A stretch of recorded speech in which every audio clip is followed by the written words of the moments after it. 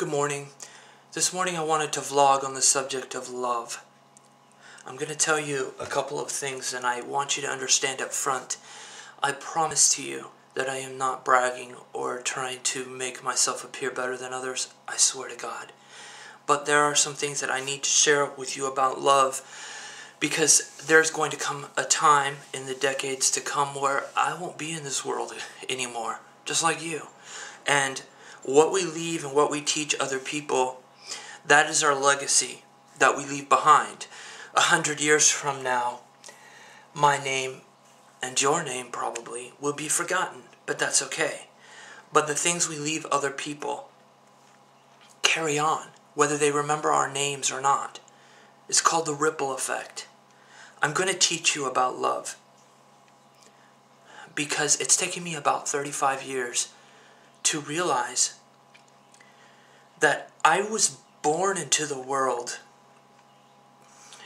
with, for some damn reason, a greater understanding of what love is, as opposed to the majority of the world in general.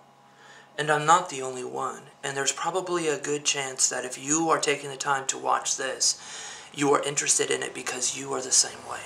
This is a world where love, the true definition of love, is really a foreign concept. Love in our world is exclusive. In our world, you love a handful of people that you call your family. Well, first you love yourself. I mean, everybody in some way or another puts themselves, whether they want to admit to it or not, above others. And then you love the circle that's immediately around yourself, which you call your family.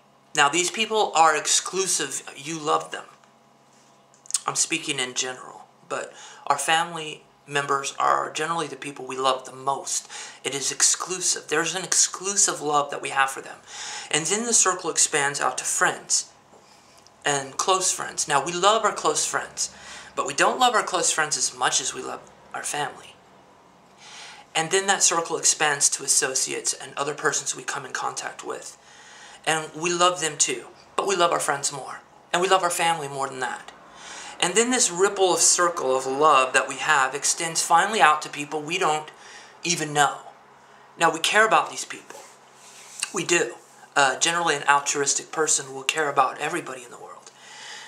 But we don't love them as close as we do with friends that we work with. And, of course, our best friends we love more, and our family members. Love in this world is an exclusive concept. That is not the definition of what love is. My mom said I made her cry and she was very sad for many years because of a discussion that we had when I was also 5. I was sitting on her lap one afternoon, and she tells me that we were talking about love, and she said, "I love you. I want you to know I really love you." And I said to her, I said, "I love you too." I said, "What if I wasn't your son?" I said, "What if I was not your son? Would you still love me then?" And my mom said, "Of course, I love you no matter what." And I said, "Well, do you love Eddie and Matt the same as me? They're not your sons." And my mom, she wanted to say, "Well, yes," but she stopped. And I could tell by the way she stopped that of course not. I am her son. She loves me more. And I said this with total innocence, not intending to make my mom sad, but to let her know how much I loved her. I told her, I said, "Well, I would love you the same if you weren't my mom." I said, "I love you so much. If you weren't my mommy, I would love you no matter what." And she said, "But I am your mom." And I said, "I love you so much. If you weren't my mom, I'd still love you." She said, "Well, see, in our family, we've always asked the why questions. My parents have always encouraged me to look within and say, well, why?" And my mom said, "Well, how do you know that?" She said, "Because I am your mom." And I said, "I know that because I love Eddie and Matt's mom." And I said, "She's not my mom, and I love her the same as you." And see, I was saying that with total innocence. And my mother didn't scold me. But she said after I left, she began to cry, and she never told me this, but for a few years after that, she always had a sadness because she remembered what I said, that I loved someone else the same as my mother. But I did. I did. And I wasn't supposed to, and I didn't know that. I was a teacher for at least 10 years, and I can honestly tell you, every one of those children I taught, I love them the same as I love my own children. And I don't think I was supposed to. I'm not supposed to. I'm supposed to love my children more than I loved my students. But I can tell you that that's not true. I did. I can't help it. I did. And I remember as a teacher, there was a boy in one of my fourth grade class that I taught. He was sick all the time. So I decided on my way home from work, and I had my own son in the car and my 5-year-old daughter. And I'm going home from school, taking my own children home. And I drive by his place and I decided I'm going to start dropping his work off. It's on my way home and he's missing out, dropping his work off. Knock on his door. Of course I wasn't going to go in the house, and I had my children with me anyways, waiting in the car. I didn't even turn the car off. It's idling.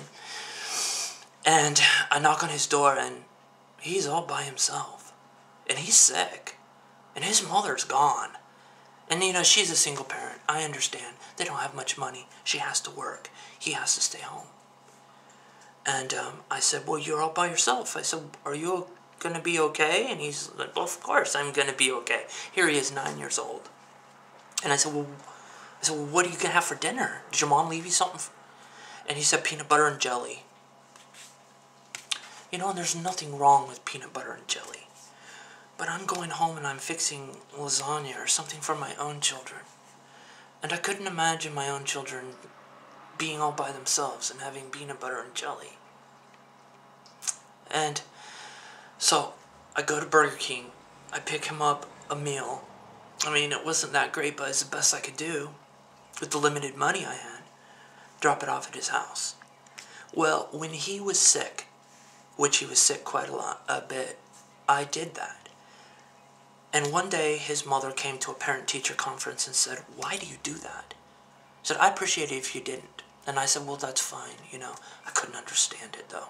I said, well, that's fine, and she said, I said, well, he doesn't have, I didn't want to put her down, but at the same time, I thought, and I guess I was putting her down, because she wasn't leaving a dinner for him. She didn't come home until like 11 or 12 midnight. He's already asleep. He tucks himself in.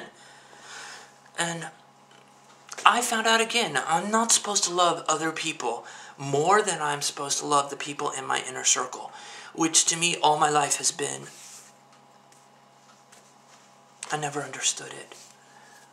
And for a very long time, it made me, the last few years, as I've had an awakening experience, this is not the way the world is. If you were like that, if you were born into the world like that, you understand what I'm saying. I wish to God we lived in a world that was not like that.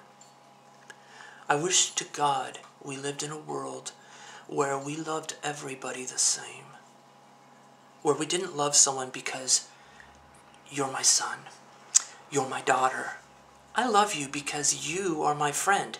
Really? Maybe you love the person because they are alleviating your loneliness and you never thought about it.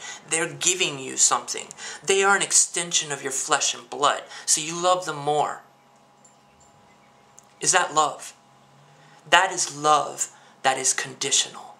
Because if those people were not part of your immediate circle, you wouldn't love them the same, yet they would be the same. In this world, we love conditionally.